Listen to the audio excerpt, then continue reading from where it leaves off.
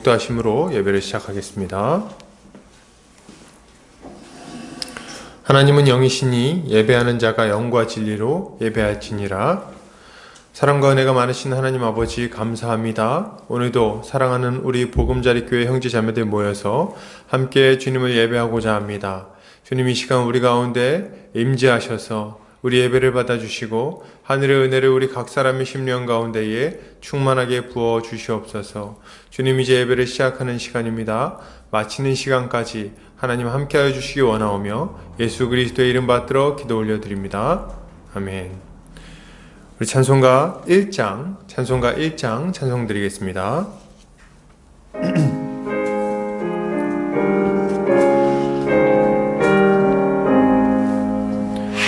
만복의 근원 하나님, 온 백성 찬송 드리고 저 천사여 찬송하세.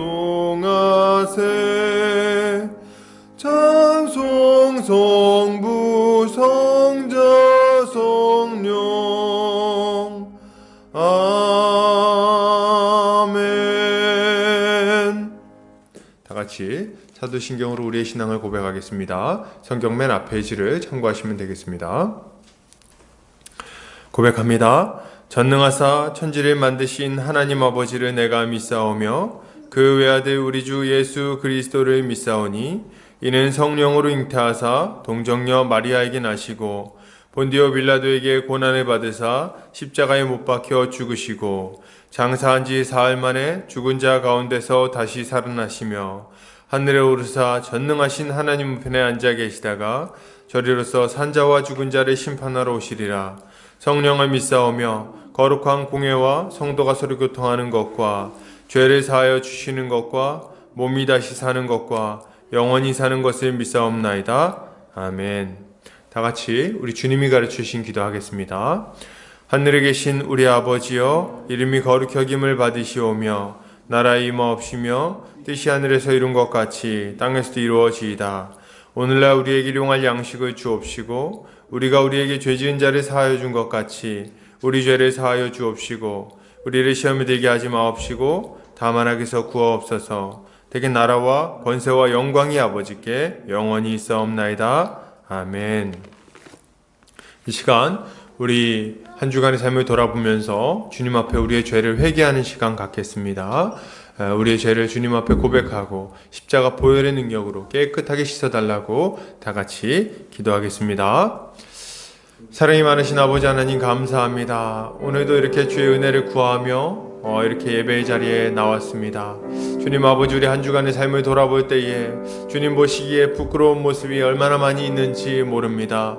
주님께서 큰 은혜를 베풀어 주셨음에도 불구하고 주님 여전히 주님을 신뢰하지 못하고 여전히 죄 가운데 사로잡혀서 여전히 죄악된 삶을 사모하며 그쪽 길로 가려고 주님 그렇게 했던 것들을 주님 이 시간 고백하오니 주여 아버지, 저희 모든 죄를 깨끗하게 씻어 주시옵소서.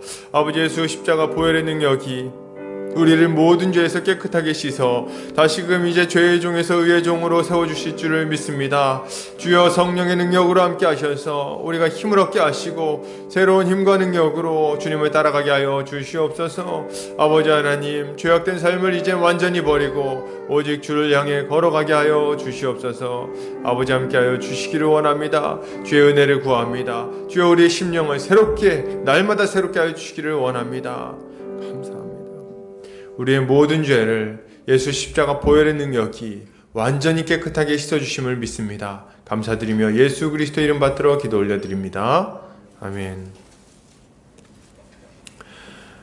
이 시간 우리 찬송가 23장 찬송 드리겠습니다. 찬송가 23장입니다.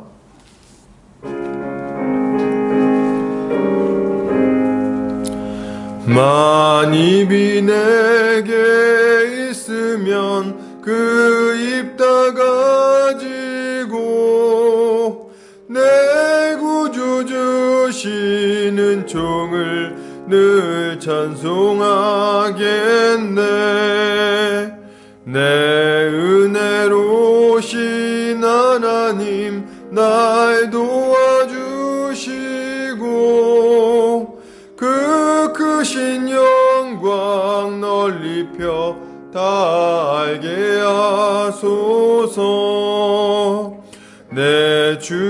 귀한 이름이 나 위로하시고 이 귀의 음악 같으니 참 희락되도다. 내 죄의 권세 깨뜨려 그 결박 푸시고 이 추한 마음을 비로소 곧 정케 하셨네. 아멘.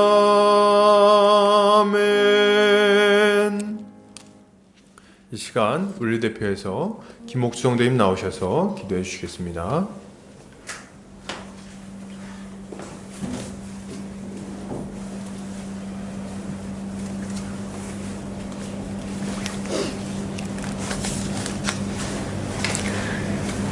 내가 여호와를 항상 송축하며 너희는 귀를 기울이고 내게로 나와 들으라. 그리하면 너희의 영혼이 살리라. 내가 너희를 위하여 영원한 언약을 맺으리니 곧 다윗에게 허락한 확실한 은혜이니라. 아멘. 은혜가 풍성하신 하나님, 죄인을 긍휼히 여기시어 끊임없이 말씀하시며 하나님 나라로 불러주심에 감사와 찬양을 올려드립니다. 우리가 주께서 친히 맺으신 그 영원한 언약으로 말미암아 영광스러운 구원의 은혜를 입었나이다. 죄밖에 모르는 우리에게 값없이 주신 이 놀라운 은혜를 바라보며 주를 높이고 노래합니다. 이제는 새로워진 우리의 삶이 하나님 앞에서 온전하여지기를 원합니다. 늘 하나님을 가까이 하고 말씀을 들으며 예수 그리스도가 가신 길을 따르기를 원합니다. 우리의 모든 상황과 연약함을 알고 계신 하나님께서 우리의 매일의 삶을 붙들어 주시고 인도하여 주시옵소서. 주님, 우리 안에 오래된 죄의 습성이 우리를 넘어지지 않게 하여 주시옵소서. 우리의 욕심과 교만이 죄를 이루지 않게 하여 주시고 우리가 썩어 없어질 것들을 바라볼 것이 아니라 영원한 가치를 바라보며 기쁨과 소망으로 순종하게 하여 주시옵소서. 온 우주 만물을 주관하시는 크신 하나님, 이 땅에는 죄로 인한 고통이 넘쳐납니다. 전염병이 1년이 넘도록 창궐하여 전 세계적으로 많은 사람들이 생명을 잃고 무너진 일상 속에서 불안과 두려움을 안고 살고 있습니다. 주님, 우리를 긍휼히 여겨주셔서 안전히 지켜주시고 코로나 바이러스가 속히 사라지게 하여 주시옵소서. 하루빨리 성도들이 모여 앉아 찬양하며 예배드릴 수 있게 되는 날이 오게 하여 주시옵소서. 또한 우리에게 지혜와 능력을 주셔서 이 악하고 어려운 시대 가운데 교회들이 빛과 소금의 역할을 잘 감당하게 하여 주시옵소서. 주님, 보금자리 교회가 말씀으로 굳건히 서며 자연스럽게 예수 그리스도의 향기가 나게 하여 주시옵소서. 안종현 목사님에게 하나님의 말씀을 담대하고 정확하게 전할 수 있는 하늘의 능력을 부어주시고 듣는 우리 모두가 주의 말씀에 감동되어 거룩한 주의 백성으로서 살아갈 힘을 얻게 하여 주시옵소서. 그리하여서 우리가 충성된 자로 하나님을 섬기고 또한 이웃을 섬기게 하여 주시옵소서. 주님의 얼굴을 바라봅니다. 이곳에 자정하여 주시고 우리의 예배를 받아 주시옵소서. 우리를 사랑하셔서 묵묵히 십자가를 지시고 언약을 이뤄주신 우리 주 예수 그리스도의 이름 받들어 기도드립니다. 아멘.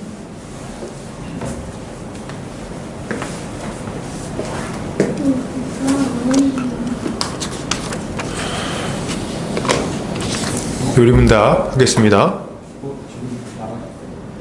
제가 나갔네? 어떻게? 다시 한번. 다시 한번 좀 이거를 올려야 잠시 멈추겠습니다. 어떻게 합니까 이거를?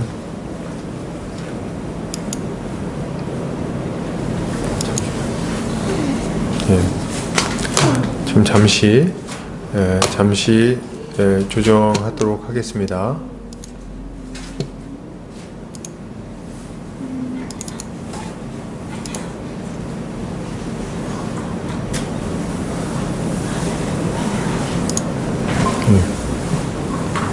지금 굉장히 충격적인 상황이 지금 발생했었죠.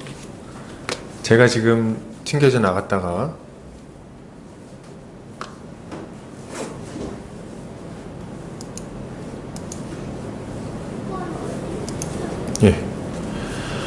죄송합니다. 지금 이게 좀 약간 오류가 있어가지고 이게 지금 제가 튕겨져 나갔었네요. 죄송합니다. 요리문답 하는 시간 갖겠습니다. 하이데베르 요리문답, 제가 질문하고 함께 답변하겠습니다. 3문, 어떻게 당신의 비참을 알 수 있습니까? 하나님의 율법이 내게 가르쳐 줍니다. 4문, 하나님의 율법이 당신께 요구하는 것은 무엇입니까? 그리스도께서 마태복음 22장에서 요약하여 가르쳐 주십니다. 내 마음을 다하고 목숨을 다하고 뜻을 다하고 힘을 다하여 주 너의 하나님을 사랑하라. 이것이 크고 첫째 되는 계명이요 둘째는 그와 같으니 내 이웃을 내 몸과 같이 사랑하라 하셨으니 이 두 계명이 온 율법과 선지자의 강령이니라. 당신은 그 모든 계명을 완전히 지킬 수 있습니까? 아닙니다. 나는 하나님과 내 이웃을 미워하는 본성을 가지고 있습니다. 아멘. 광고 보겠습니다. 보금자리교회 오신 성도님들 환영합니다. 주님 안에서 함께 자라가기를 소망합니다. 어려운 시기지만 어려운 시기임에도 불구하고 하나님께서 여러 가지 피할 길을 주셔서 이렇게 함께 예배할 수 있게 해주신 것에 참 감사를 드립니다. 코로나19로 인해서 인사는 목례로 하도록 하겠습니다. 오후 3시에 온라인으로 복음의 기초 교육이 있습니다. 새해에도 복음의 능력이 충만하게 나타나서 그것을 경험하게 되기를 소망합니다. 말씀선교센터와 한치기 사람들, 말씀운동연합과 누룩운동, 장신 바이블 스터디와 숙명여대 시카 모임 가운데 많은 열매가 맺혀지도록 기도해 주시면 감사하겠습니다.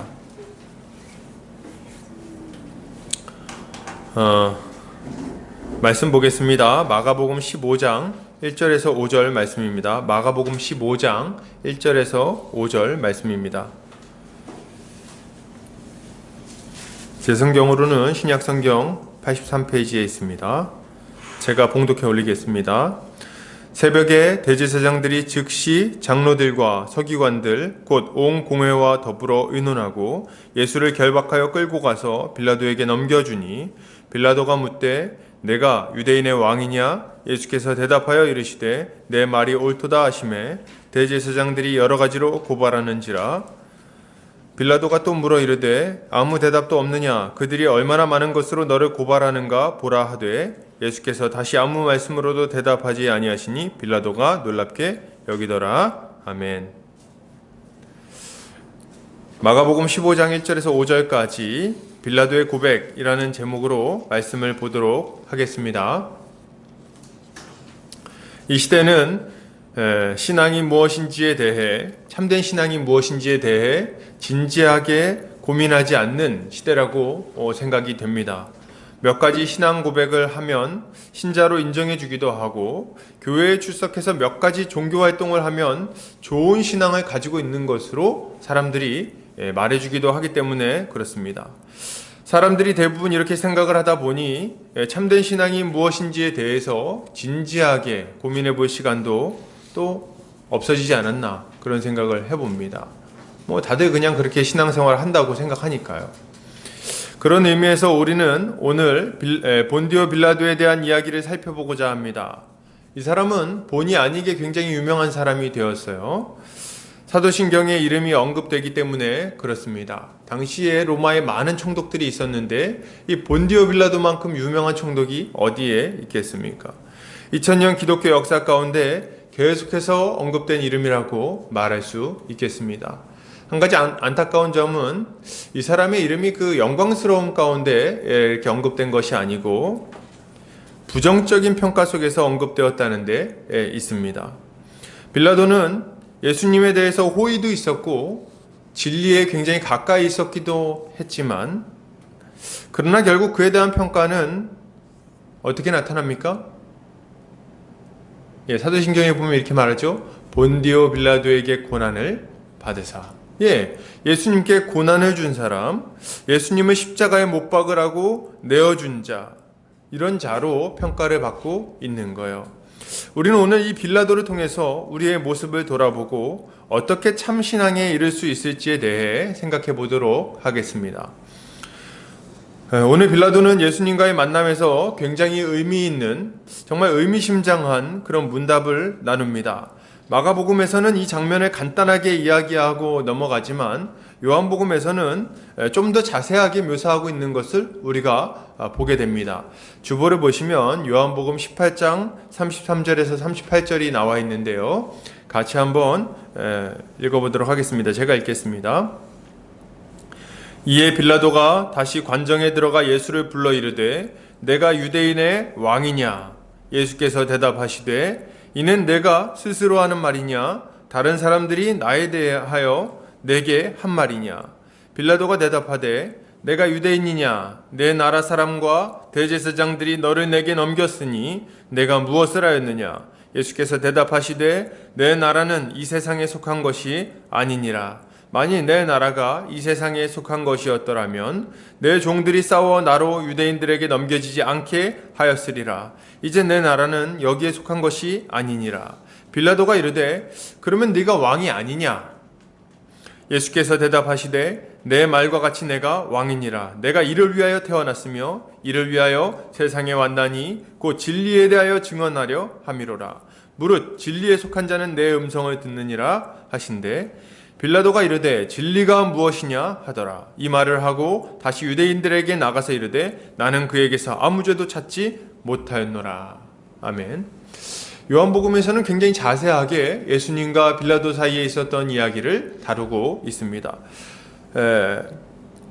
요한복음에 보면 빌라도가 예수님께 유대인의 왕이냐? 네가 유대인의 왕이냐? 이렇게 물어보는 걸 우리가 보게 되죠. 예수님은 빌라도에게 자신이 왕이며 진리에 대하여 증언하기 위해서 오셨다고 분명하게 선포를 하십니다. 그러자 빌라도가 질문합니다. 뭐라고 질문합니까? 진리가 무엇이냐? 이렇게 질문해요. 진리가 무엇이냐? 그러고 답변을 듣지 않고 밖으로 나가버립니다. 이게 참 재밌는 얘기예요. 진리가 뭐냐? 물어봤으면 진리가 뭔지 대답을 들어야 될 거 아닙니까? 근데 빌라도의 질문은 대답을 듣기 위한 질문은 아니었던 것 같아요. 빌라도는 뭐 이런 식으로 질문했던 게 아닌가 싶습니다. 진리? 진리가 뭐길래? 진리 따위가 뭔데? 그게 뭐길래 지금 나를 이렇게 번거롭게 하는가? 그게 도대체 뭐 그렇게 중요하다고? 이런 의미라고 보는 게 좀 적절하지 않은가 생각이 됩니다. 여러분, 이것은 빌라도가 왜 예수를 십자가에 못 박을 수밖에 없는지를 보여주는 아주 중요한 단서가 됩니다. 빌라도에게 진리는 중요하지 않았습니다. 빌라도에게 중요한 건 뭡니까? 지금 현재 자신에게 지금 주어진 일들, 지금 자신에게 일어나고 있는 일들, 자신이 지금 처해 있는 이 난처한 상황, 이게 오히려 더 중요했어요. 자신이 담당하고 있는 지역에서 폭동이 일어나면 로마에 있는 황제에게 문책을 당하게 될 것이고, 그리고 자신은 자리에서 잘리게 될 거라고 생각을 했습니다. 문헌에 보면 빌라도는 매우 포악한 사람이었다고 나와 있습니다. 그래서 빌라도가 뭐 유대인들을 많이 핍박하기도 했고, 또 그들의 피를 막 이렇게 재물에 섞어가지고 문제가 되기도 하고 그랬습니다. 이런 와중에 분위기가 굉장히 안 좋아서 그걸 간신히 좀 여러 번 막 그런 문제가 생겼었는데 힘으로 억누르고 이렇게 하면서 이제 간신히 버티고 있는 상황이었어요. 그런 상황 속에서 이제 로마에 있는 황제로부터 조심하라는 경고까지 지금 받은 상황인 겁니다. 그런 상황 속에서 지금 이 예수라는 사람이 종교 지도자들에게 잡혀왔으니 그의 머릿속이 매우 복잡했을 것임은 아주 분명한 거예요. 야, 이거 잘못하면 또 폭동이 일어나는 거 아니야? 뭐 이런 걱정을 하고 있었다는 거죠. 여러분, 지금 종교 지도자들의 분위기는 어떤 분위기냐면 만약 그들의 요구를 들어주지 않으면 폭동을 일으킬 분위기를 지금 풍기고 있는 겁니다. 지금 빌라도는 진리에 관심이 없어요. 그는 그저 지금 현재 자신에게 찾아온 정치적인 위기를 어떻게 넘길 것인가에 관심이 온통 쏠려 있는 것입니다. 여러분, 우리가 기억할 것은 예수님에 대한 소식이, 지금 이 순간 기억할 것은 예수님에 대한 소식이 몇몇 사람들에게만 알려진 것이 아니라는 점입니다. 이걸 먼저 좀 생각하고 빌라도의 반응을 봐야 된다는 거예요. 이스라엘 전역에 걸쳐서 예수의 이름이 아주 밝히 알려져 있었습니다. 아주 유명인이었어요. 6장을 보면 헤롯 왕이 예수에 대한 소식을 듣고 매우 고민하는 장면이 등장합니다. 온 지경에 그 소문이 퍼져 있었다는 말을 하고 있는 겁니다. 지도자들이었다고, 로마의 총독이었다고 해서 예수님에 대한 소식을 못 들었을 리가 만무한 거죠. 그러니 당연하게도 빌라도는 예수님에 관련된 정말 신기한 소식들을 많이 들었을 것이 분명합니다. 병자가 나았고, 귀신이 쫓겨났고, 그리고 나병 환자가 깨끗해졌으며, 그리고 죽은 자가 살아났다는 소식, 심지어는 물고기 2마리와 떡 5개로 5,000명을 먹였다는 이야기들, 물고기 2마리와 떡 7개로 4,000명을 먹였다는 이야기들, 이런 이야기들이 빌라도의 귀에도 들어왔을 거라는 거예요. 그런데 그럼에도 불구하고 보통 그런 얘기를 많이 들었으면은 이 빌라도가 보여야 되는 반응은 예수님의 말씀에 귀를 기울이는 겁니다. 도대체 그 유명한 사람, 그 많은 소문의 주인공, 도대체 이 사람은 왜 여기 와 있으며 도대체 진리에 대해서 뭐라고 이야기하는가, 이런 거에 좀 귀를 기울여야 되는 것 아니겠습니까? 그가 해온 일이 있잖아요. 1, 2년이 아닙니다. 3년 동안 무수히 많은 기적과 이사를 행하면서 여기까지 오신 거예요. 그러니까 빌라도는 여기에 관심을 갖는 게 너무나도 당연합니다.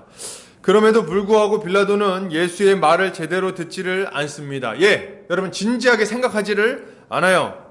그는 예수의 음성을 직접 들었음에도 불구하고 그것을 무시했습니다. 예수께서 자신의 나라를 이 땅 가운데, 하나님의 나라를 이 땅에 가지고 오기 위하여 오셨다고 말하는데도 불구하고, 진리를 증언하기 위해서 오셨다고 말씀하셨는데도 불구하고 그것을 주님 귀 기울여 듣지 않습니다. 그는 자신의 염려에 마음을 빼앗겨서 진리를 받아들이지 못하는 거예요.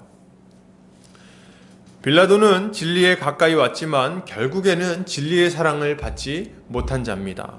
데살로니가후서 2장 9절에서 10절에는 이렇게 말합니다. 악한 자의 나타남은 사탄의 활동을 따라 모든 능력과 표적과 거짓 기적과 불의의 모든 속임으로 멸망하는 자들에게 있으리니 이는 그들이 진리의 사랑을 받지 아니하여 구원함을 받지 못함이라. 이렇게 말하고 있습니다. 여러분, 지금도 마찬가지예요. 진리의 사랑을 받지 못하는 자들이 있습니다. 진리에 관심이 없는 자들이 너무 많다는 거예요. 교회에 나오지만 말씀을 듣지 않거나 가르치는데도 불구하고 그것을 무시하는 사람들이 있습니다. 교리에는 관심 없고 교제에만 관심이 많은 거예요, 여러분. 사람을 만나러 교회에 나옵니다. 재미를 얻으러 교회에 나옵니다. 종교심을 만족시키기 위하여 교회에 나온다는 거예요. 사람을 사귀러 교회에 나온 사람들이 있어요. 물론 교회는 그들에게 그런 유익을 주죠. 좋은 사람들이 많잖아요. 그들은 친절한 사람들 사이에서 아주 섬김을 받으며 만족감을 얻게 될 겁니다. 사람 만나러 나오는 사람들도요. 왜냐면 다 이렇게 형제님, 자매님 하면서 이렇게 섬겨주잖아요. 유쾌하고 인격적인 사람들 사이에서 여러 가지 추억을 만들 수도 있을 겁니다. 같이 MT 가가지고 고기를 구워 먹고, 같이 이렇게 캠프파이어를 하면서 같이 이제 속마음을 나누기도 하고 말이죠. 심지어는 그 가운데서 마음에 드는 이성과 교제할 수도 있을 것입니다. 그렇게 여러 가지 활동을 하면서 십수년을 시간을 보낼지도 모르겠죠. 여러분, 이런 것들을 좋아하고 추구하는 사람이 얼마나 많이 있습니까? 이런 걸 추구하면서 신앙생활을 하는 사람들 얼마나 많냐는 거예요. 어떤 이는 교회에서 재미를 추구하기도 합니다. 중요한 건 뭐예요? 중요한 건 재미예요. 재미가 있냐 없냐. 그래서 교회를 안 나와서 물어보면 너 왜 교회를 안 나오냐 요새. 재미가 없어요. 이렇게 재미가 없어요. 재미를 위해서 교회를 나오는 거예요. 재미가 없으면 견디지 못합니다. 설교도 재미가 없으면 듣지를 않아요. 유머 감각이 없으면, 목사님 좀 재밌게 안 해주면은 우리 목사님은 재미가 없어. 그러고 그냥 자버리는 거예요. 지금 설교가 재미를 위해서 듣는 겁니까, 여러분? 예배를 재미 때문에 드리나요? 자기를 위해서? 이런 사람들은 재미가 최고의 가치입니다. 다른 것은 그렇게 중요하지 않아요. 재미있냐? 이들은 동아리 활동을 하는 것과 스키장 가는 것과 교회에 오는 것이 별반 다르지 않습니다. 또 어떤 이들은 자신의 이익을 위해서 교회에 나오기도 합니다. 미국에 있는 한인교회 다니는 어떤 분들의 이야기를 들어보면 한국에서는 교회에 다니지 않던 사람들도 미국에 오면 다 교회를 다닌다는 거예요. 그래서 왜 교회를 다니는가? 이유가 뭐예요? 미국에서는 이 미국 사회 전체가, 한인 사회 전체가 교회를 중심으로 이 커뮤니티가 다 이루어져 있다고 합니다. 제가 가보진 않았어요. 그래서 거기 가면 처음 가서 뭐 차량을 어디서 싸게 뭐 렌트할 수 있는지, 뭐 살 수 있는지, 그리고 어디 음식점, 어디 가서 뭘 해야 되는지, 뭐 필요한 요소들 있잖아요. 요걸 다 교회 커뮤니티에서 제공을 해준다고 합니다. 알려주고, 정보도 알려주고. 그러다 보니까, 교회를 그렇게 다니는 거예요.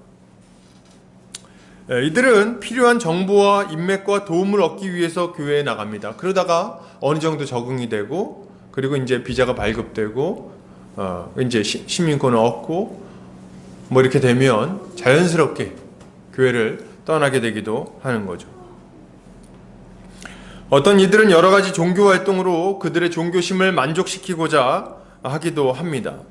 찬양을 하고, 성가대를 하고, 기도하는 것을 좋아하는 사람들이 있어요. 옛날 영화 중에 그런 영화 있지 않았나요? 그 줄리아 로버츠가 나왔던 영화인가요? 먹고 뭐 사랑하고 기도하란가? 뭐 그런 비슷한 영화가 있었던 것 같습니다.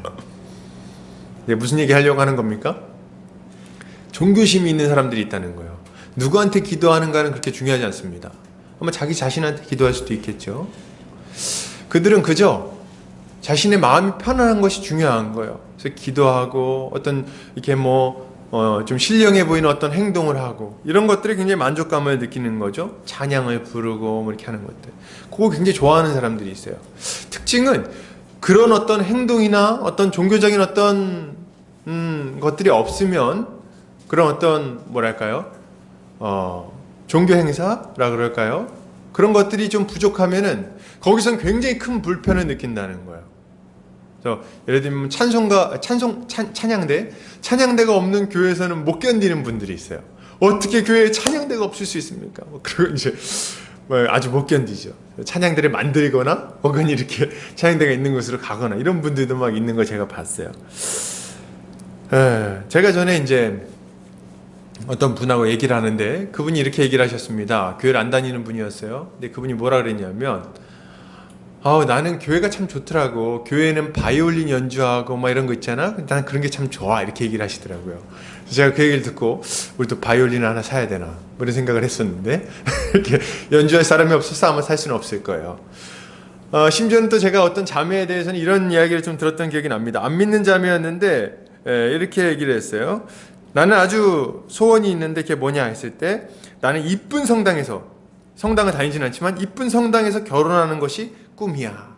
그 왠지 홀리한 분위기 속에서 결혼하는 게 꿈이야. 이렇게 얘기를 하더라고요.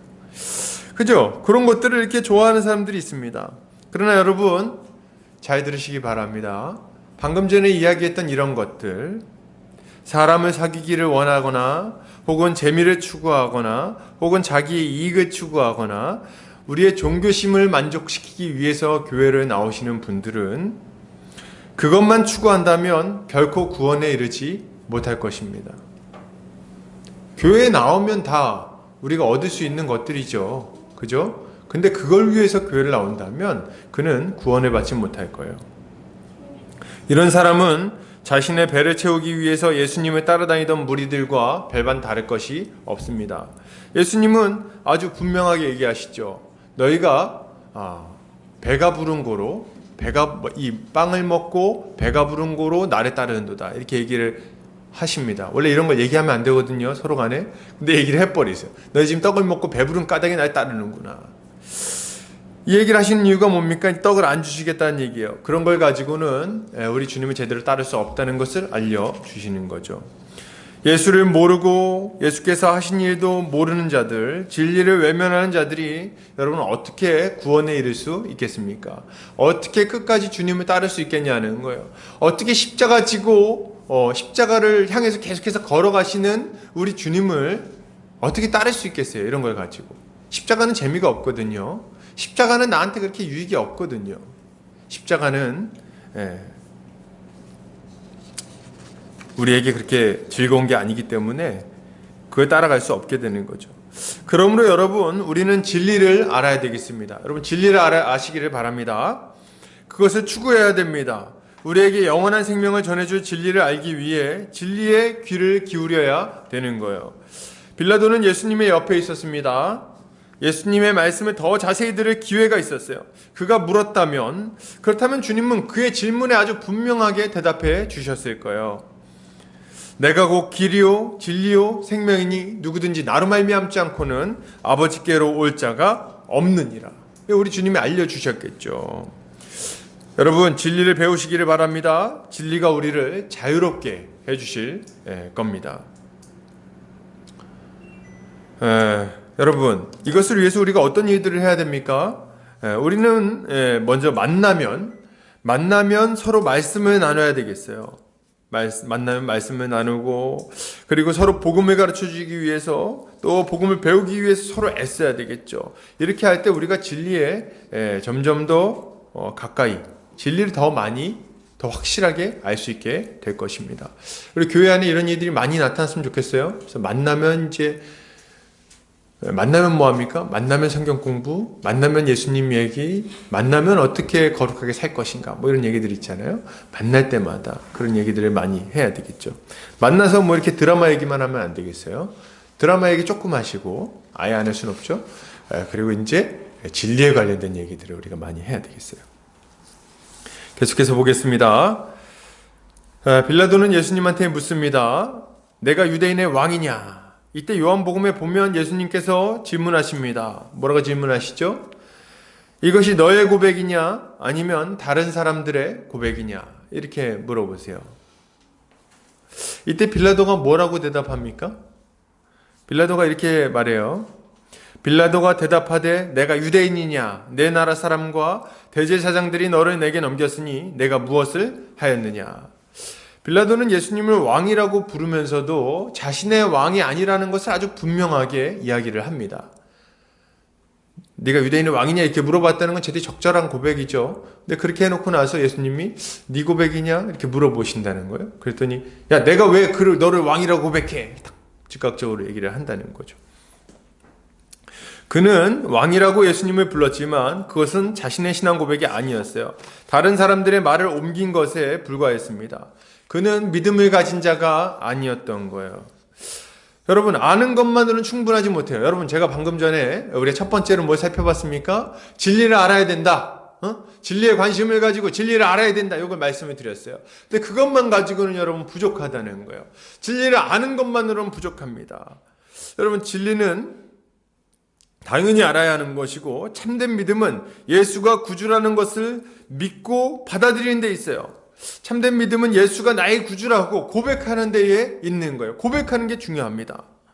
지금도 빌라도 같이 허망한 고백을 하는 사람들이 많이 있어요. 예수님에 대해서 막 이것저것을 말합니다. 심지어는 우리가 믿어야 될 내용에 대해서 아주 정확한 고백을 하기도 하는 거예요. 예수 믿는 건 이런 거야. 회개라는 건 이런 거야. 이렇게 살아야 되는 거야. 예수 믿는다면 그렇게 살아야지. 예수님이 이런 분이시잖아. 너는 그렇게 믿잖아. 얘기를 한다는 거예요. 그러나 이런 신앙 고백이나 예수님에 대한 지식은 이 사람을 구원받는 데 이르게 하지 못합니다. 왜요? 그것이 자신의 신앙 고백이 아니기 때문에 그런 거예요. 그는 예수님에 대한 다른 이들의 견해를 그저 이야기할 뿐입니다. 이들은 이렇게 이야기하곤 합니다. 교회에서는 예수님을 구원자로 믿어. 이렇게 얘기를 합니다. 교회에서는 예수님을 구원자로 믿어. 뭔가 좀 어색하죠? 틀린 말은 아닌데. 또 뭐라고 말합니까? 그가 우리 죄를 용서하기 위해 십자가에 달리셨다고 믿는 거야. 나도 믿기는 하지만 어떤 사람들처럼 깊이 빠지지는 않았어. 뭐 이렇게 얘기하는. 어떤 부분은 좀 말이 안 돼. 내가 생각해도 말이 안 되지만 그렇지만 예수님은 좋은 분이야. 뭐 이렇게 얘기하는 거 있잖아요. 이들은 자신들이 이성적이고 중립적인 태도를 취하고 있다고 말합니다. 그리고 듣고 있으면 왠지 십자가의 길에서 이렇게 근데 이 사람들이 이렇게 보면은 대부분 보면 좀 젠틀한 느낌이 있어요. 젠틀하고 이성적이고 뭔가 좀 사람들을 포용할 수 있을 것 같은 느낌. 안 믿는 사람들과도 대화가 참 잘 통한다는 느낌을 줍니다. 근데 문제는 뭐예요? 같이 이렇게 얘기를 하고 있다 보면은 어쩐지 십자가의 길에서 한 발 빼고 있다는, 한 발 뒤로 떨어져 있다는 그런 느낌을 받게 됩니다. 이 사람은 예수를 믿는 것처럼 흉내를 내지만 실제로는 예수를 믿지 않고 있구나, 이런 느낌을 받는다는 거예요. 이들은 광신자처럼 보이지 않아요. 아주 고상하게 보입니다. 믿지 않는 사람들도 그들의 말과 태도를 칭찬합니다. 믿지 않는 사람들은 이렇게 말할 거예요. 야, 아무개는 말이 참 잘 통해. 기독교인들이 너처럼 융통성이 있으면 참 좋을 텐데, 너처럼 포용력이 있으면 참 좋을 텐데. 여러분, 이렇게 막 이야기를 한다는 거예요. 그래서 이제 그들은 또 뭐라고 생각합니까? 나는 좀 융통성 있게 지혜롭게 예수 믿는 사람, 나는 세상 사람들하고도 잘 지내고 그리고 교회 사람들하고도 잘 지내는, 이렇게 딱 균형 잡힌 사람, 뭐 이런 생각을 할 수 있다는 거예요. 그런 사람들이 그런 느낌을 받는다고 해서 그가 참된 믿음을 가지고 있다고 말할 수는 여러분 없습니다. 그렇게 말할 수는 없어요.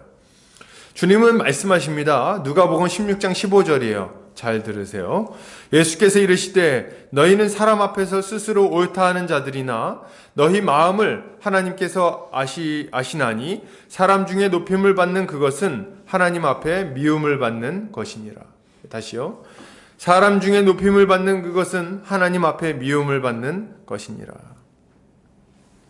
그들의 말이 옳은 것처럼 보일지는 모르지만 그의 영혼을 구원하는 데는 아무 효과가 없습니다. 여러분, 그들의 영혼을 구원 못한다는 거예요. 여러분, 사람들이 여러분을 막 칭찬하십니까? 야, 넌 참 융통성 있구나. 넌 참 포용력이 있구나. 넌 보니까 예수 믿는데 참 세련됐구나. 뭐 이런 얘기를 하십니까? 그런 이야기 많이 들으시나요? 여러분, 그렇다면 여러분은 구원에서 굉장히 멀리 떨어져 있는 것일 수 있다는 것을 분명히 아시기 바랍니다. 여러분, 참된 믿음은 뭡니까? 예수를 나의 주, 나의 하나님으로 고백하고 나의 인생을 던지는 겁니다. 예수님은 왕이십니다. 예, 그냥 왕이신 게 아니라 나의 왕이십니다. 제 인생 전체는 주님 것입니다. 제 인생을 주님께 드리겠습니다. 주님 마음껏 제 인생을 사용하여 주시옵소서. 여러분, 이게 제대로 된 고백인 거예요. 참된 믿음을 가진 사람들은, 여러분 잘 들으세요, 그다지 고상하게 보이지 않을 수 있어요. 그렇게 젠틀하게 보이지 않을 수 있습니다. 이 사람들을 보면 대부분 이렇게 제대로 믿는 사람들은 뭔가 나사 하나가 빠진 사람들 같은 느낌을 줍니다. 이렇게 보면 이 사람들이 이성적이지 않아요. 보면 좀 과격해. 너무 나갔다는 느낌을 줘요. 치우쳤다는 느낌을 준다는 거예요. 안 믿는 사람들이 봤을 때 저건 너무 심해, 이렇게 말할 정도의 삶을 살아가는 사람들이 참된 신자일 가능성이 높습니다. 생각해 보십시오. 여러분, 가족도 아닌데 이웃을 위해서 자신의 물질을 막 사용하는 게, 여러분, 그게 정상입니까? 뭐 1, 2만 원 주는 것도 아니고 누가 병에 걸렸다 그래가지고 막 200만 원, 300만 원씩 막 주는 거예요. 내 친척이 아니란 말이죠. 그냥 교회 같이 다니는 형제 자매요. 근데 막 그렇게 한단 말이에요. 그걸 옆에 안 믿는 사람들이 보면 무슨 생각이 듭니까? 그 돈 나눠주지, 이런 생각이 든다는 거예요. 그죠? 참 어이가 없죠. 저건 너무한 거야. 저건 너무 나갔어. 결혼식 축의금도 뭐 얼마나 친한지 계산해갖고 하는 마당에 어머니가 나를 알면 10만 원, 어머니가 날 모르면 5만 원, 뭐 이렇게 계산해가지고 하는 파다에, 그렇지 않습니까? 근데 지금 막 이렇게 어려운 사람들, 내 형제 자매라고 그래서 막 그냥 피도 안 섞였는데 그렇게 돈을 주고 돕는 게 이해가 됩니까? 안 되지. 여러분, 이들은 고상하다기보다는 고생하는 것처럼 보입니다. 고상해 보이지 않고 고생스럽다, 이런 느낌을 받게 돼요. 나이도 있고 위치도 있는데 막 주차 봉사를 합니다. 추운 겨울에 막 손 불어가면서, 밖에 나가면 막 상무, 이사 막 이런데 여기 와가지고 막 주차 봉사하면서 일로 오시죠, 뭐 이렇게 하고 막 이러고 있다는 거예요. 그 누가 보면 그게 참 정상이다, 이렇게 느낌이 듭니까? 안 들어요. 어디 가면은 그냥 아주 그냥 아주 깨끗하게 입고 가가지고 막 좋은 차 타고 가가지고 이렇게 대접받을 사람들인데, 막 여기서 식당에서 막 이렇게 앞치마하고 식당 봉사를 막 하고 있는 거예요. 밥 퍼서 이렇게 주고, 좀 더 드릴까요? 뭐 이런 얘기하고. 그런 걸 볼 때 야, 좀 저렇게까지 할 필요는 없는데 뭐 이런 느낌을 받을 수 있다는 거죠. 여러분, 이런 것들은 그냥 볼 때 합리적이지 않아요. 이런 것들은 균형적인 모습이라고 보기 힘듭니다. 심지어는 어떤 사람들은 막 선교를 나간다 그러면서 자기가 가지고 있는 거 팔고 선교를 막 나가는데, 그리고 자기 멀쩡히 잘 다니던 직장을 내려놓고 막 어디 나가고 막 이러는 거예요. 이런 걸 볼 때, 야, 저 사람 참 균형 잡혔다. 저 사람 참 말이 잘 통한다. 뭐 이런 생각 드십니까? 우리는 그런 생각이 들죠. 근데 이제 안 믿는 분들은 그런 생각이 안 든다는 거예요. 저건 미쳤다. 저건 미쳤다. 예수에 빠졌다. 예수쟁이다. 뭐 이런 얘기 듣는 거죠. 여러분, 이런 얘기 들어보셨나요? 쟤는 지금 예수 믿는 것 때문에 정신이 좀 나갔어. 뭐 이런 얘기 들어보셨습니까? 이런 얘기를 한 번도 안 듣고 어떻게 신자라고 말할 수가 있어요? 네? 어떨 때는 보면 좀 과격하다는 느낌도 줘요. 어떨 때요? 같이 이제 신앙적인 얘기 딱 나왔을 때. 그때 어떻습니까? 야, 세상은 이렇게 아주 신기하게 진화됐어. 뭐 이런 얘기가 나올 수 있잖아요. 그럼 그럴 때 막 발끈하는 거죠. 아니야, 이거 세상은 하나님이 만드신 거야. 세상이 하나님 만들었다고? 웃기지 마. 이거 다 과학적으로 다 증명된 거야. 몰라. 모르고 하나님 만드신 거야. 뭐 이렇게 얘기하는 거 있잖아요. 나는 과학적이지 않아. 그러나 분명히 하나님 만드셨어. 뭐 이렇게 얘기할 수 있는. 그렇게 이성적이어서 좋습니까? 그렇게? 아주 깔끔하고 막 이렇게 딱 되는 걸 바라세요? 안 되면 어떡할 거예요? 여러분, 우리는 균형 잡힌 모습이라는 허울 좋은 환상에서 빨리 벗어나야 돼요. 그리고 오직 주님께 온전히 치우쳐야 되겠습니다. 믿음에 대해서 많은 오해를 불러일으키는 말씀이 하나 있습니다. 로마서 10장 9절 10절인데요. 이렇게 말하고 있어요. 내가 만일 내 입으로 예수를 주로 시인하며 또 하나님께서 그를 죽은 자 가운데서 살리신 것을 내 마음에 믿으면 구원을 받으리라. 사람이 마음으로 믿어 의에 이르고 입으로 시인하여 구원에 이르느니라. 이렇게 이야기를 하고 있죠. 아멘. 이 본문은 마음으로 믿고 입으로 시인하면 구원에 이른다고 증언을 하고 있어요. 그래서 많은 사람들이 입술로 예수를 믿는다고 시인하기만 하면 구원을 얻는다고, 그렇게 고백만 하면 구원을 얻는다고 오해를 많이 했습니다. 그죠? 이런 오해가 참 많이 있었어요. 이것 때문에 중고등부 아이들에게 신앙 고백 시키려고 그렇게 애를 많이 썼습니다. 저도 중고등부 교사할 때 얼마나 애를 많이 쓴지 몰라요. 물론 아이들한테 야, 너네 빨리 예수님을 구주라고 고백해, 개신기도 해, 뭐 이렇게 얘기하면 애들은 어떡합니까? 또 선생님이 뭐 맛있는 것도 사주고 그런 좋은 선생님이 나한테 사정을 하니까 이제 또 소원 들어줘야 될 거 아닙니까? 그래서 심드렁한 얼굴로 얘기합니다. 예수님 믿습니다. 이렇게 딱 아주 믿어주는 거죠. 아주 그렇게 얘기를 막 하고 있다는 거예요. 아주 웃기지도 않는 일이 막 일어나고 있어요.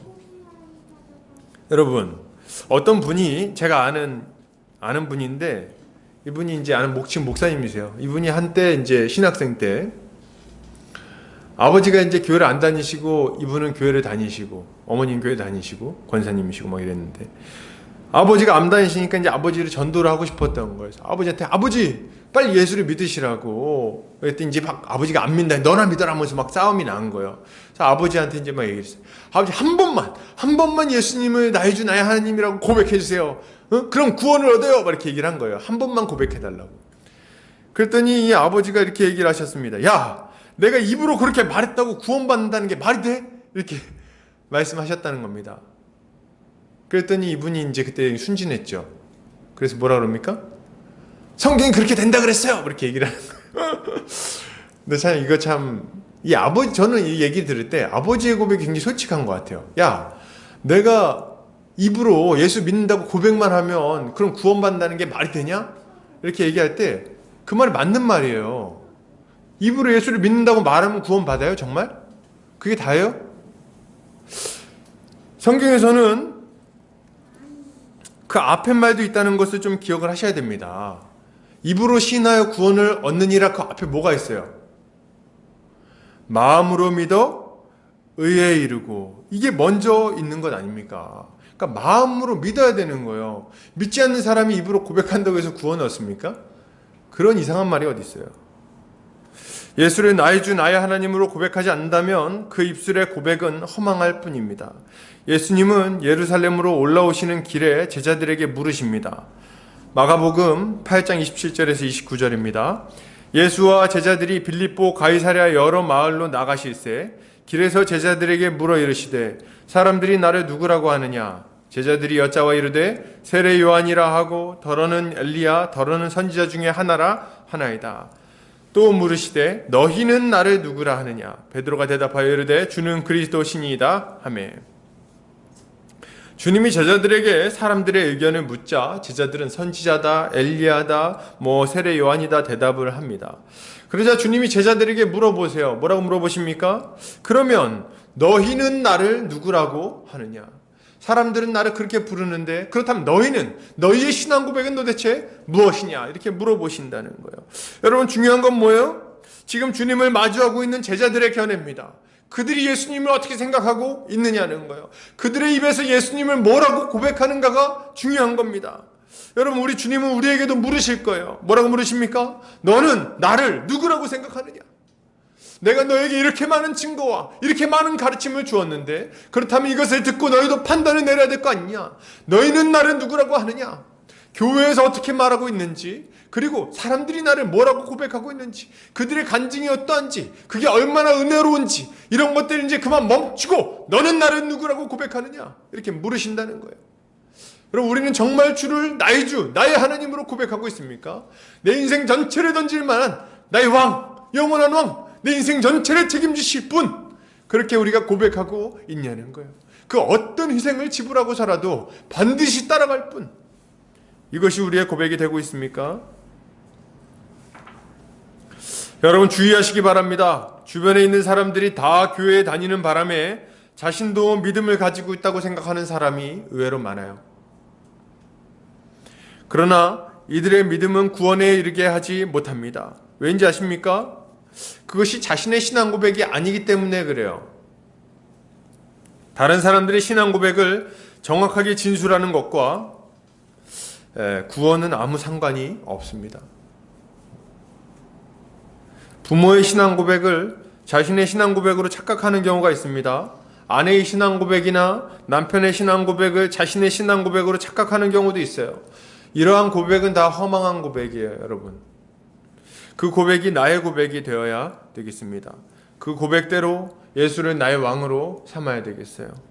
다른 사람이 뭐라고 하든 관계없이 예수를 나의 주, 나의 하나님으로 고백할 때 주님은 우리의 고백을 받으실 겁니다. 여러분 진지하게 한번 생각해 보세요. 내가 교회에 가서 얻을 수 있는 유익 한번 먼저 생각을 해보세요. 이런 유익, 어떤 유익이 있을까? 교회 갔을 때 교회 가면은 이 형제도 만나고 저 자매도 만나고 내 친구도 만나고 이런 것들 그런 것 아무것도 없어도 내가 교회를 나오겠는가? 또 한편으로는 내가 교회 갔을 때 막 아주 너무 재밌어 막 신나. 근데 그런 신나고 재미없는 것 없이 재밌는 것 없이 목사님이 아주 딱딱한 교리만 아주 계속 얘기하고 그래도 내가 교회를 나가겠는가? 우리 부모님이 교회 나가면 용돈 준다고 말 안 해도 교회를 나가겠는가? 이런 것들을 좀 우리가 진지하게 고민해 봐야 되겠죠. 내가 생각하는 것들 없이 오직 하나님 한 분만으로 나는 정말 주님을 섬길 것인가? 주님을 잘 따라가는 참된 고백을 하는 성도님들 되시기 바랍니다. 마지막으로 빌라도는 예수님께 호의를 보입니다. 참된 믿음 마지막 부분을 좀 살펴볼 텐데요. 빌라도는 예수님한테 굉장히 좋은 호의를 보여요. 예수님을 좋아합니다. 좋아하는 것까지는 모르겠지만 좀 좋은 마음이 있었던 거는 아주 분명한 것 같습니다. 놓아주려고 여러 번 시도를 했어요. 그래서 사실 제가 그 성경을 잘 모를 때는 본디오 빌라도를 악마 같은 자로 생각을 했어요, 저는. 근데 실제로 성경을 펼쳐서 보니까 빌라도는 그렇게까지 나쁜 사람처럼 보이지가 않는 거예요. 누가 나쁜 놈입니까? 이 대제사장들과 이 서기관들 얘네들이 진짜 나쁜 놈들이더라고요. 근데 얘네들 이름은 그렇게까지 유명하지 않아요. 근데 누가 유명해요? 본디오 빌라도. 그래서 제가 그게 좀 의아했어요. 아니 본디오 빌라도는 그래도 좀 살리려고 노력도 했고 이래저래 좀 애를 쓴 것 같은데 왜 이렇게 빌라도를 고난을 받았다고 이렇게 본디오 빌라도의 고난을 받았다고까지 얘기를 할까? 저한테는 약간의 의문이 있었습니다. 아무튼 각 차지하고 빌라도는 예수님께 호의를 보입니다. 대제사장들이 여러 가지로 예수를 고발할 때 예수님이 변명할 수 있도록 기회를 줍니다. 보통 이럴 때 좀 눈치 봐가지고 알았어, 내가 알아서 처리할게. 얘 나쁜 놈이구나. 알았어, 내가 알아서 할게. 이렇게 하고 처리할 수도 있었을 텐데 변명할 기회를 따놓죠. 너도 변명해봐. 이렇게 얘기를 한다는 거예요. 그러나 예수님은 변명하지 않으시죠. 그리고 빌라도는 예수님께 놀라고 감탄합니다. 빌라도는 예수가 십자가형에 처해지지 않도록 유대인들이 설득하려고 했어요. 막 채찍으로 때리고 막 이렇게 했잖아요. 근데 그게 한 이유가 일단은 그 채찍으로 맞는 걸 통해서 십자가에서 빨리 죽게 만들려는 의도가 일단 있는데, 그거 말고서라도 때려서 놓아주려는 의도가 좀 있었습니다. 그래서 딱 사람들 앞에 예수님 채찍질을 많이 한 다음에 사람들 앞에 이렇게 딱 보여줘요. 봤냐? 이렇게 딱 보여줘요. 이 정도면 됐지. 내가 때렸으니까 놔주겠다. 이렇게 합니다. 그랬더니 사람들이 어떻게 해요? 십자가에 못 박아서서 막 소리를 지릅니다. 그래서 이 빌라도의 그 호의가 무산되긴 했는데 애를 많이 썼어요. 유대인들을 설득하려고 나름 노력을 했습니다. 저는 예수님에 대한 빌라도의 호의가 진짜였다고 생각하는 사람이에요. 그는 예수님께 호의를 가지고 있었어요. 그러나 여러분, 그 호의가 빌라도를 구원에 이르게 만들지는 못했습니다. 여러분, 지금도 믿음에 대한 이러저러한 오해 때문에 구원에 이르지 못하는 사람이 많다는 사실을 여러분 다시 한번 말씀을 드립니다. 이거 참 우리가 생각 많이 해야 되는 내용이에요. 여러 사람들이 호의와 믿음을 착각합니다. 자신이 예수님을 좋아하고 호의를 가지고 있으면, 좋은 마음을 가지고 있으면 자신이 믿음을 가지고 있다고 생각을 한다는 거예요. 응?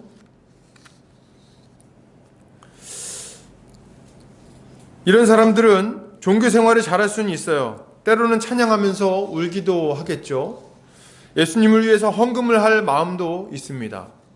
충분한 호의를 가지고 있는 거예요. 전에 중고등부 수련회를 갔었는데 거기서 이제 원래 수련회 같은 데 가면은 둘째 날 밤인가요? 뭐 이럴 때 좀 행사를 하잖아요. 혹시 그런 거 해보셨나요? 나무 십자가를 딱 앞에 놔두고 이제 못 박는 행사를 하는 거예요. 자기 죄를 적어가지고. 근데 이제 그 전에 이제 연극 비슷하게 합니다. 교회에서 이제 굉장히 좀 사랑받는 교회 오빠 있잖아요. 좋은 오빠. 그 오빠는 이제 예수님 역할. 그리고 교회 안에서 까칠한 어떤 오빠 있어요. 청년부 오빠. 그 청년부 오빠는 뭐예요?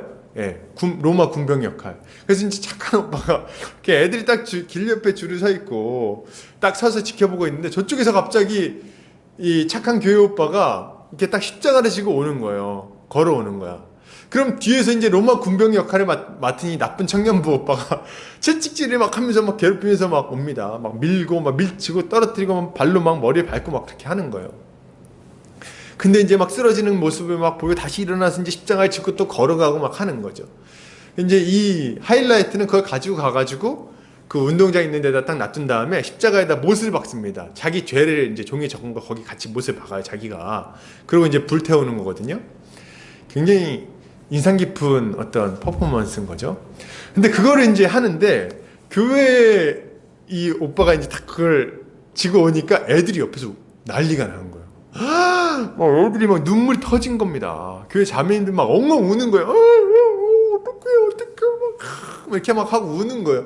너무 우는 거예요. 그때 이제 슬프니까 울겠죠. 그 뭐 장면이 굉장히 좀 엄숙합니다. 근데 그렇게 막 애들이 막 우니까 옆에 있는 선생님 한 분이, 여자 선생님이 대단한 분이었어요. 이 선생님 딱 가서 물어보는 거예요. 니네 왜 울어? 이렇게 물어보시는 거예요. 그래서 니네 왜 울기는? 니네 왜 울어? 이렇게 물어보니까 이 자매 한 명이 이렇게 막 울면서 얘기를 하는 거예요. 예수님이 너무 불쌍해요. 이렇게 하고 막 우는 거예요. 예수님이 불쌍해요. 그랬더니 이 선생님 대단하죠? 니네 죄 때문이야. 이렇게 얘기를 하고. 제가 깜짝 놀랐어요. 거기서 니네 죄 때문이야. 이렇게까지 얘기할 줄은 몰랐습니다. 근데 그렇게 얘기를 해가지고 아주 깜짝 놀랐어요. 근데 이 자매는 더 놀랐죠. 막 엄청 울었던 기억이 나요. 여러분, 저는 참 이런 장면들이 제 그 중고등부 시절에 좋은 추억으로 기억이 좀 남아 있습니다.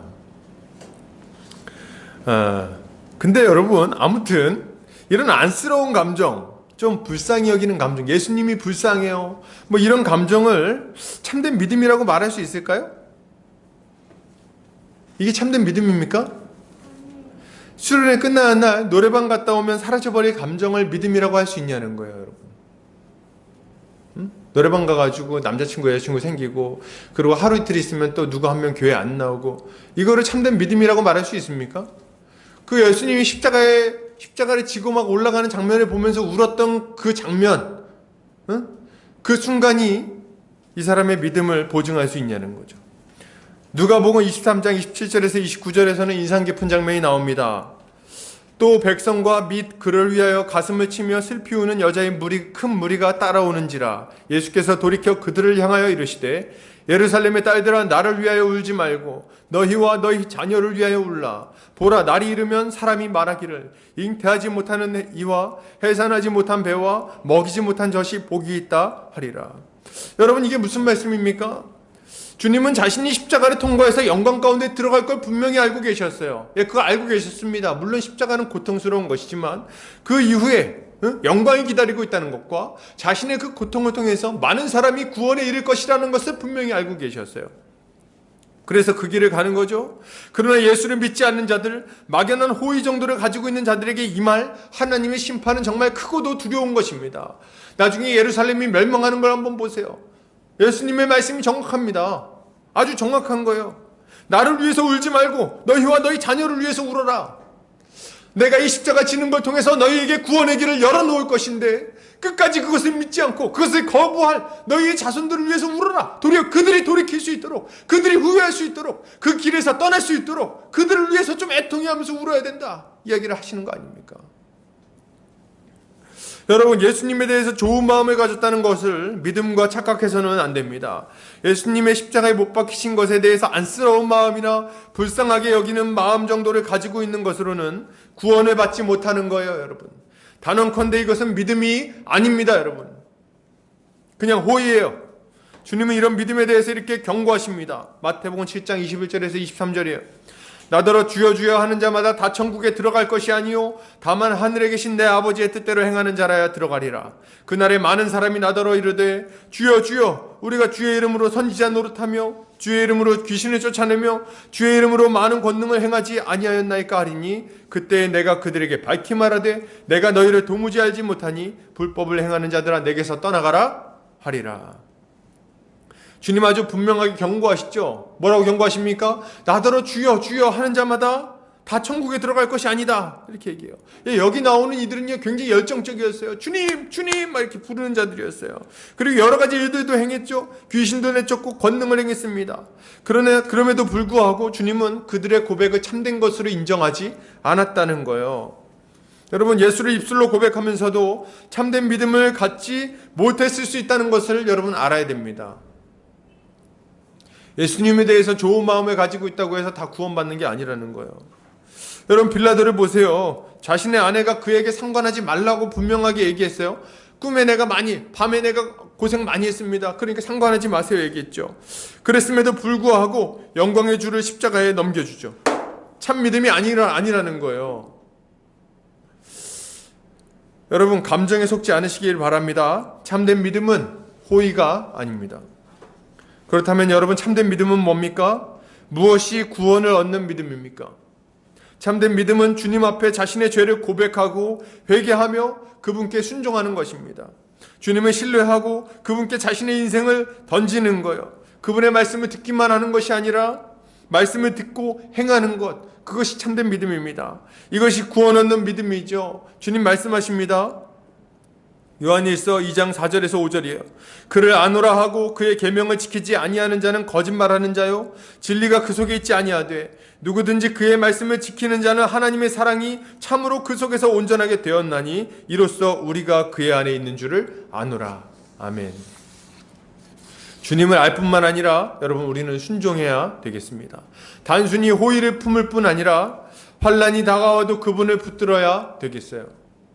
자기 목숨을 던지기까지 주님을 따라야 되는 것입니다. 부자 청년과 같이 어리석은 자가 되지 않아야 되겠어요. 은삼십에 예수님을 팔았던 유다같이 되지 않아야 되겠습니다. 예수님을 만났음에도 불구하고 그를 못 박는데 내어주었던 빌라도 같이 되지 않아야 되겠어요? 이제 그런 신앙 좀 그만하고 우리의 생명을 들여 주님을 따라야 되겠습니다. 이 믿음이 바로 참된 믿음이라고 할 수 있을 것입니다.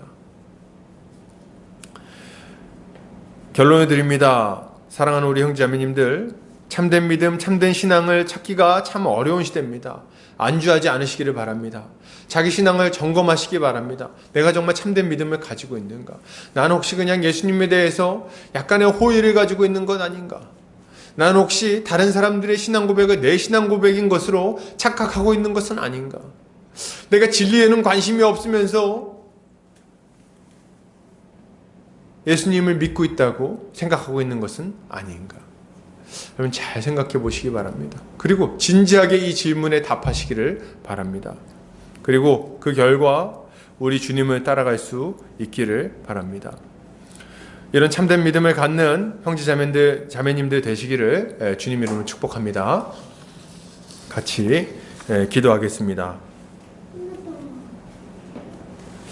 사랑이 많으신 아버지 하나님 감사합니다. 오늘 사랑하는 보금자리 교회 형제자매들 모여서 함께 말씀을 나누었습니다. 주님 아버지, 빌라도가 주님에 대해서 주님 고백하는 것들을 우리가 보게 됩니다. 그는 진리에 가까이 있었음에도 불구하고 진리에 관심을 갖지 않았고 다른 사람들의 신앙 고백을 그저 입으로 말만 했을 뿐이며 또한 아버지 끝내 주님께 순종하지 아니하고 주님의 십자가에 못 박는데 내어주어 버렸습니다. 예수님에 대한 호의가 그의 구원으로 이어지지 못했으면 우리가 보며 경계함을 얻게 하여 주시옵소서. 주님 우리의 믿음을 점검하고 참된 믿음을 가질 수 있도록 주여 은혜를 베풀어 주시옵소서. 주께서 우리의 심령 가운데에 은혜를 베풀어 주셔서 믿음을 갖게 하여 주시옵소서. 그리하여 영원한 생명이 우리에게 주어지게 하여 주시옵소서. 주께서 우리 그렇게 인도해 주시기 원하오며 예수 그리스도의 이름 받들어 기도 올려드립니다. 아멘. 찬송가 50장 1절 찬송하면서 헌금하는 시간 갖겠습니다. 찬송가 50장 1절입니다.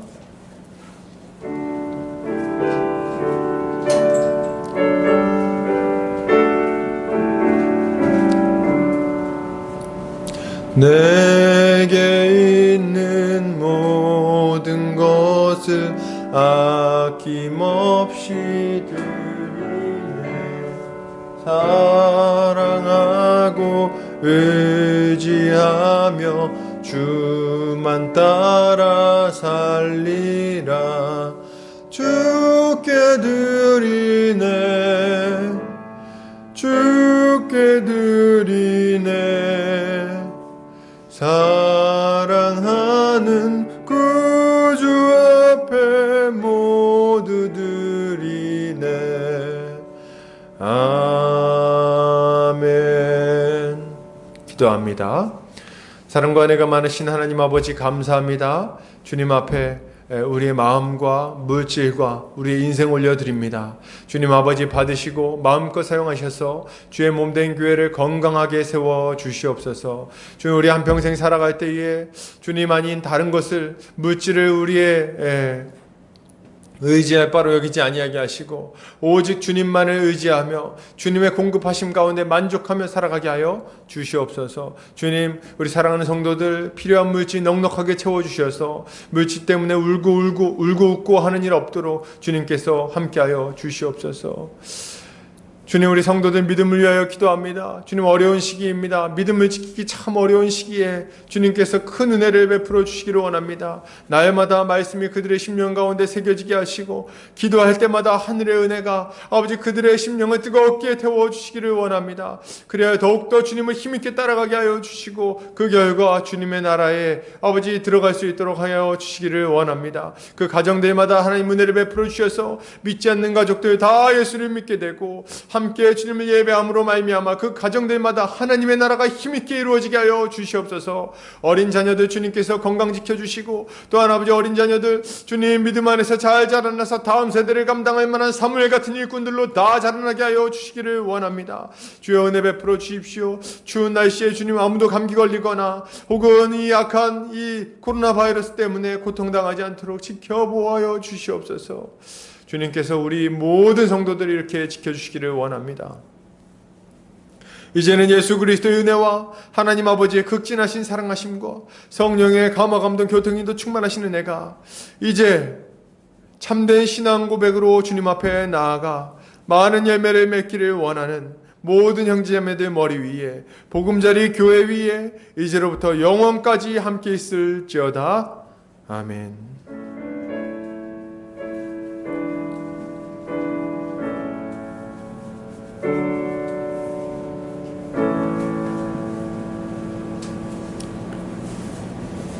아멘.